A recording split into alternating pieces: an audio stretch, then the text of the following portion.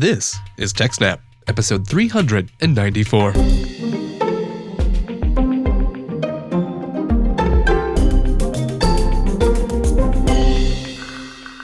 Welcome to TechSNAP, Jupiter Broadcasting's systems, network, and administration podcast. My name is Wes. Behind the scenes, Jim and I are hard at work on the next episode of TechSNAP. But don't worry, in the meantime, we've got a special guest interview. While reflecting on 2018, one thing that stood out: Microsoft had a big year. Now, we covered a lot of that on many of the other fine Jupiter Broadcasting programs, things like their acquisition of GitHub and their continued release and support of open source projects. One thing we didn't talk much about is their cloud platform, Microsoft's Azure. I thought today would be a good chance to play some catch-up, so we've invited on a special guest to tell us a little more about what happened in 2018 and where Azure's headed in 2019. I'm very pleased to be joined by Chad Crowell, a training architect at Linux Academy, and today, our resident Azure expert. Welcome to the show, Chad. Hey, Wes. Thanks for having me. Well, thank you for joining us. Now, before we get started, I thought maybe you could just tell us a little bit about your background. I know Azure, the cloud, none of this is your first time around, is it? Yeah, no, I started my career as a Windows administrator. So I come from the world of Active Directory and domains and managing users and groups for a small company. I then moved on to contracting, and I would be doing the same thing, but on a bigger scale. As of maybe the past 3 or 4 years, I've been working as a DevOps engineer and working with cloud technologies, which brings me to today. Excellent. Well, that makes a lot of sense. I'm sure that's a common story, as people are able to shift and move or explore hybrid options. Well, you just need people to learn the new technologies. And that's kind of why we're having you here today. I've been looking back at 2018. One thing that really stood out to me was that, well, in many areas, Microsoft had something of a banner year, and part of that story was continued investment in Azure.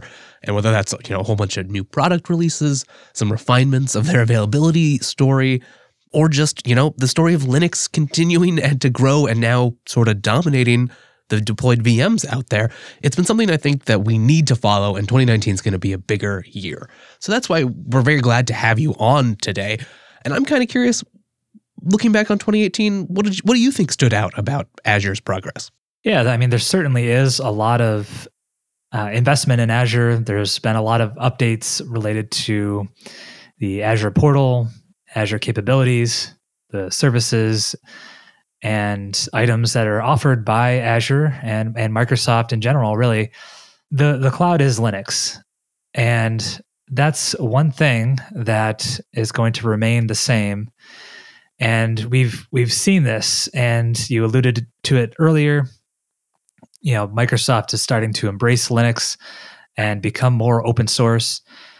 And honestly, we saw just that. And my colleagues and myself were at the Ignite conference in September, and boy, did they have a lot of announcements, and a lot of them were Linux. We had Azure Sphere, which is the Linux operating system for the IoT devices. We had Azure Stack, Azure DevOps, Digital Twins. PowerShell runs on Linux now. So there's a lot of embracing of Linux, a lot of embracing of open source. Obviously, Microsoft purchased GitHub and kind of integrating the tool set into what they previously called the Visual Studio team services, and starting to do CI/CD. So much stuff. We could go on for days. Yeah, that makes sense. One thing that kind of stood out to me, I noticed that they shipped some new PowerShell modules back in October, sort of replacing ones that were previously based on regular PowerShell, and the new ones are targeting PowerShell Core, which is exactly that open source core that you can even use as your main shell on Linux. Yeah, and they have something called Cloud Shell as well that's kind of integrates those features. And there's honestly not a lot you can do with PowerShell Core that you can't do in Cloud Shell.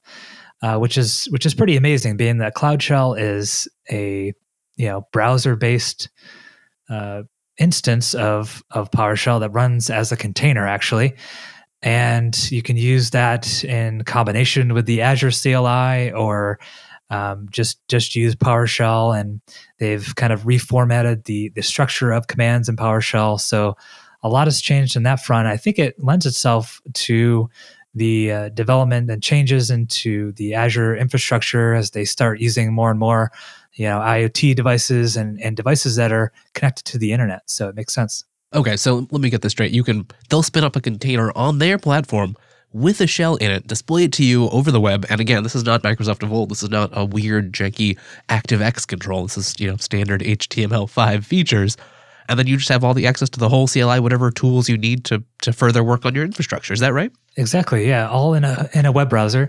And you're already logged into your Azure portal account.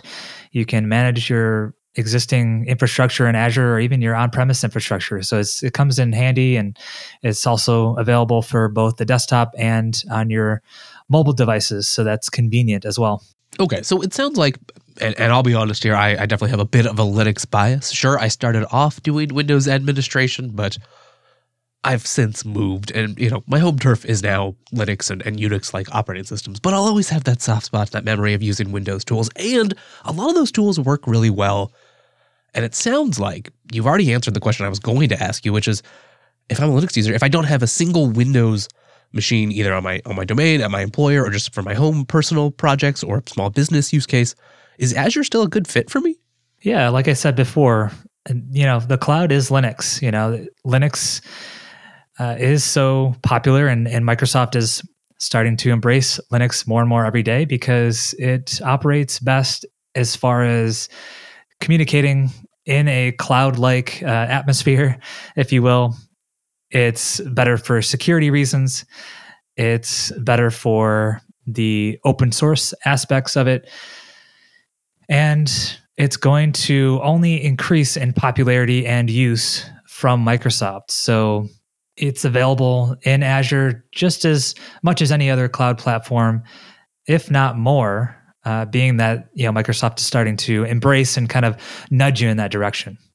Moving on, then, what if I am managing some sort of multiple operating system? I do have some Windows clients. Maybe I used to manage my own Active Directory and I don't really want to do that, or I still have some Exchange stuff left over on the network. What's the story? How well does it work multi-platform?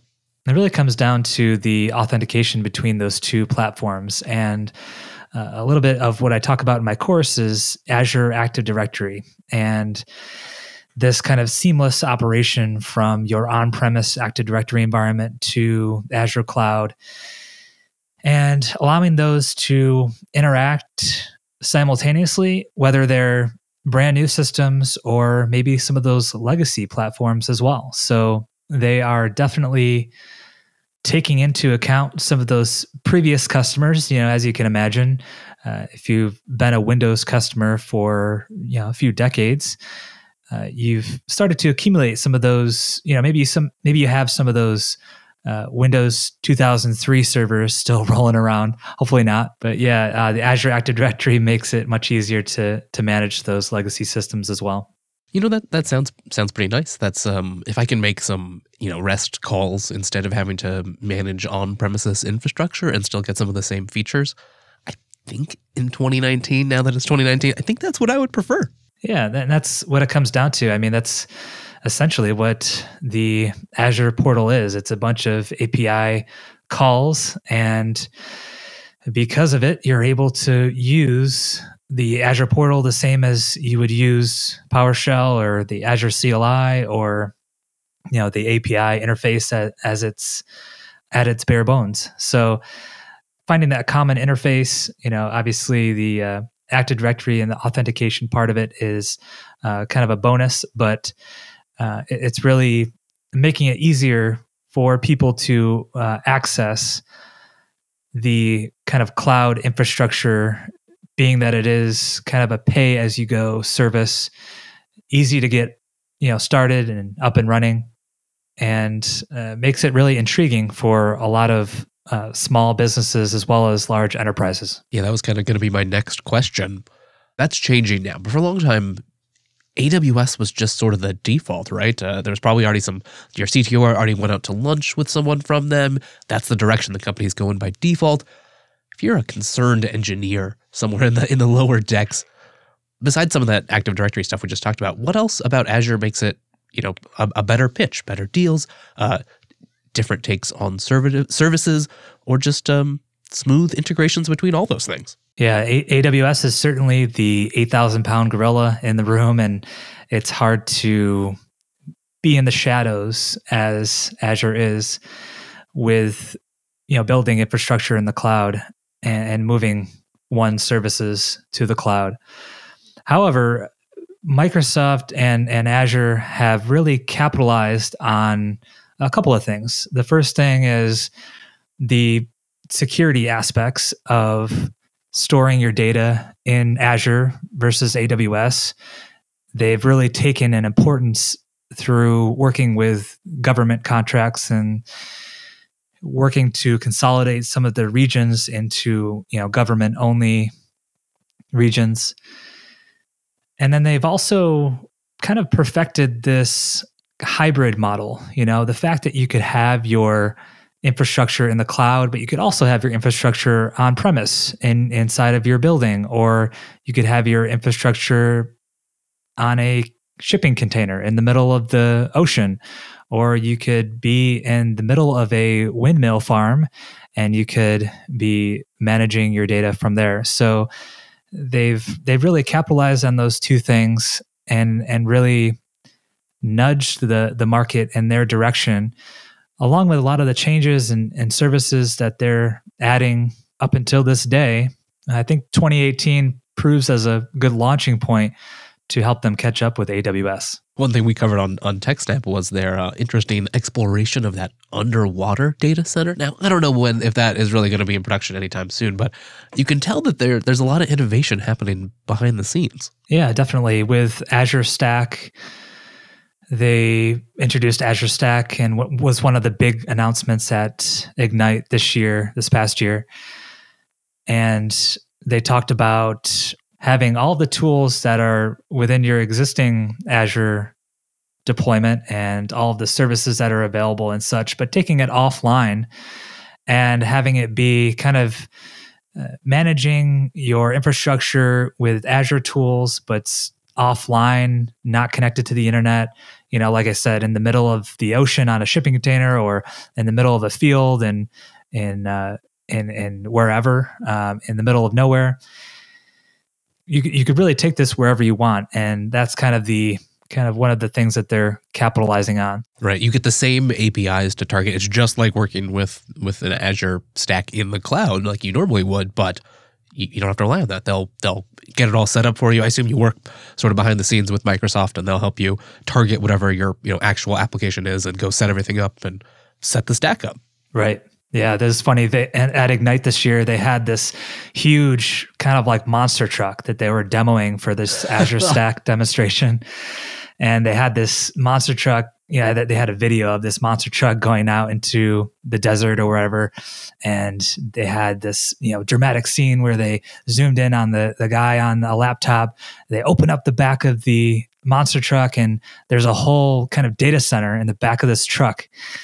And they said, manage your infrastructure from anywhere, and even if you're in the middle of the desert. So that was kind of interesting and / dramatic / very kind of a statement. They're making a statement certainly with that. I can see the value in that more, as hardware becomes more and more commodified, and even the operation of that hardware.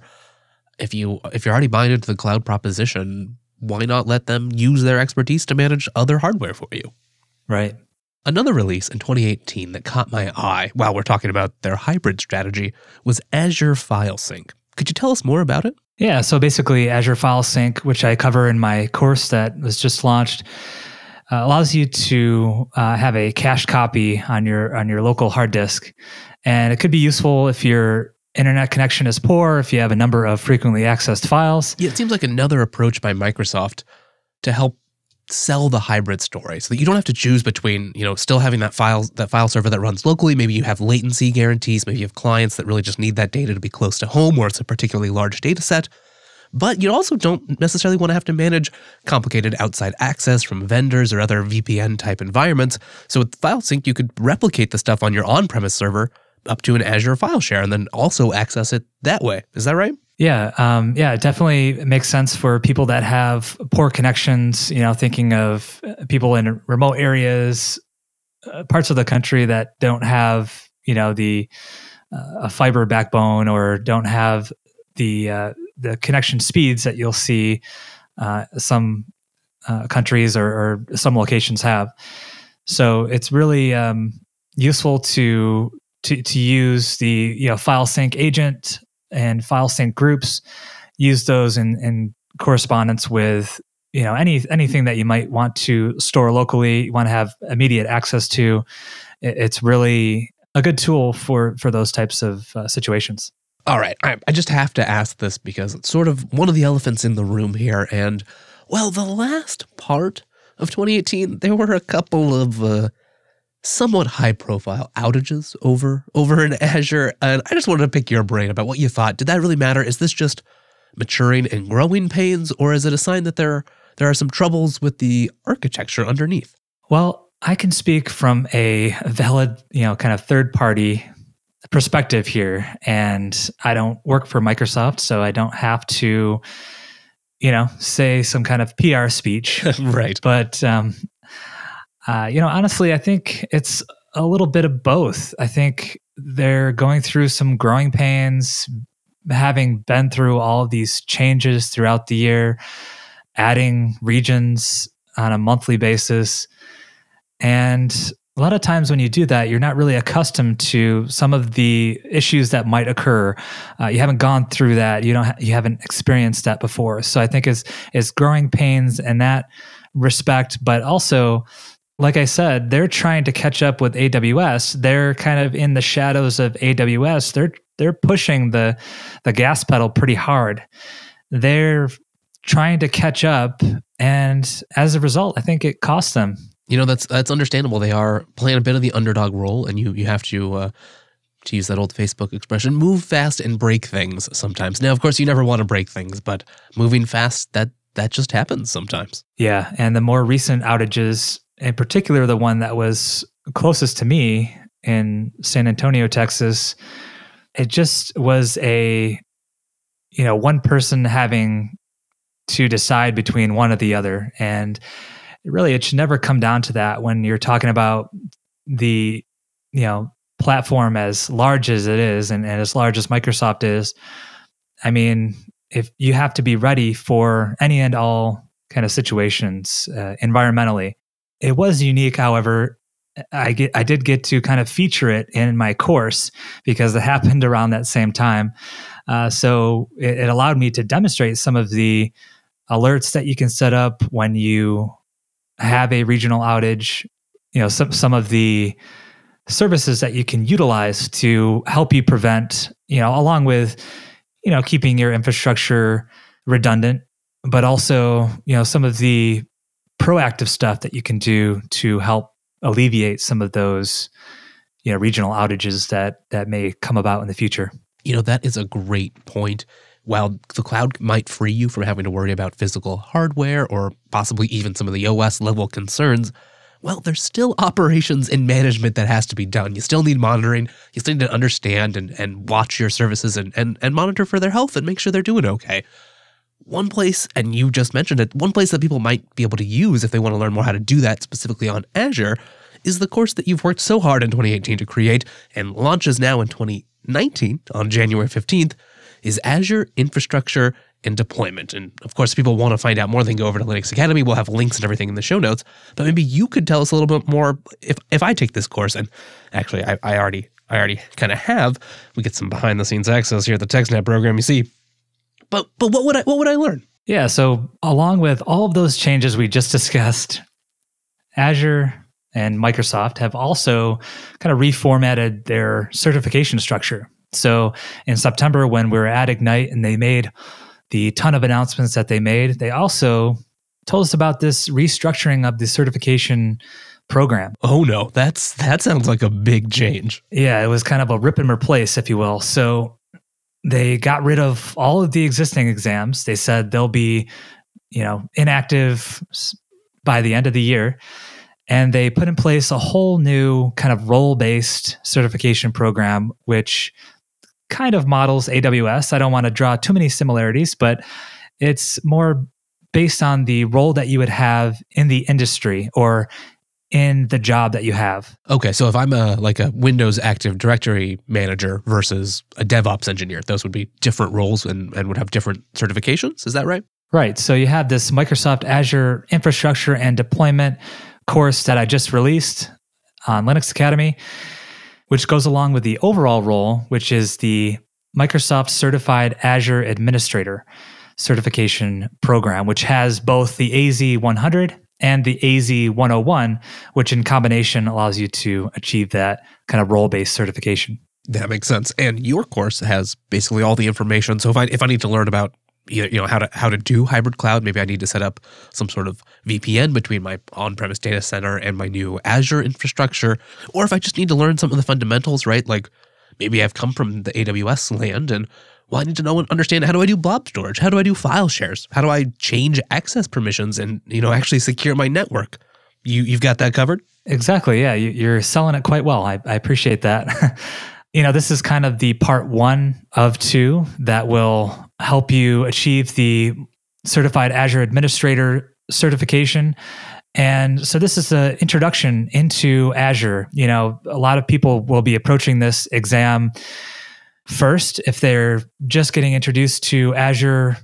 We have our Azure Concepts course on Linux Academy, which describes some of the language that's used, some of the tools that are used, some of the aspects of Azure that are different from AWS. So this Azure AZ-100 exam is for those who want to get started building and deploying infrastructure in Azure. So we go over virtual machines. How do you create a virtual machine? How do you add a disk to it? How do you migrate a virtual machine from one region to another? We talk about virtual networks. How do you set up a virtual network with multiple subnets? How do you create a peer-to-peer or a point-to-site or an express route? What are those things that have to deal with the virtual networks? We also talk about Azure Active Directory, as I just alluded to. Azure Active Directory is a huge component which has to do with identities and authentication, managing your users and groups. And then subscriptions and resources, which cover basically the over-encompassing or the overall permissions in Azure having to do with creating resources based on this kind of ARM model, which is kind of this resource model that Azure is following. And then last but not least, the storage account. So how do you create a storage account? How do you secure this storage account so only you have access to your data? And that's just the very few things that at a high level I cover in the AZ-100 course on Linux Academy, and very proud of it. I'm really excited that it's out now and I can start telling people about it and they can start to take it for themselves. That's great. It seems like a great resource. And hopefully our conversation today has convinced some people out there that it might not be exactly the right solution, but in any case, Azure's worth a look. And I'm glad that we have some diversity in the cloud landscape. Microsoft's made a lot of changes. They've obviously pivoted to understanding Linux and open source. And it looks like 2019 is going to be a big year for them. Maybe we can have you back on the TechSNAP program in 2019 to chat more about that. In the meantime, thank you so much for joining and sharing your wisdom today. Is there anywhere else you want to send people? Yeah, thanks for having me, Wes. It was a pleasure. I encourage you to go over to Linux Academy. We have not only my course, the AZ-100, but a few other courses as well that pertain to the 200 level as well as the 300 level exams. And my Twitter handle is Chad M, as in Michael Crowell. And you can always find me in the Linux Academy community. please feel free to reach out. We're full-time instructors, so we really care for our students and interact with them on a daily basis. So it's really a unique thing that we offer, and gives me great pleasure to be a part of everyone's learning journey. That is fantastic. Thank you again, and Happy New Year. Thanks again to Chad for joining us and telling us a little bit more about Azure. You can find a link to his new course and links to everything else we've talked about today over at techsnap.systems/394. While you're there, you can also find our contact page, which makes it easy to get in touch. We love your questions, feedback, and of course, your war stories. Also, don't forget to subscribe to this show. There's a brand new episode featuring Jim next week. You don't want to miss it. While you're waiting, there's a ton of great other Jupiter Broadcasting content though. Just head on over to jupiterbroadcasting.com. Thanks for joining us, and we'll see you next week.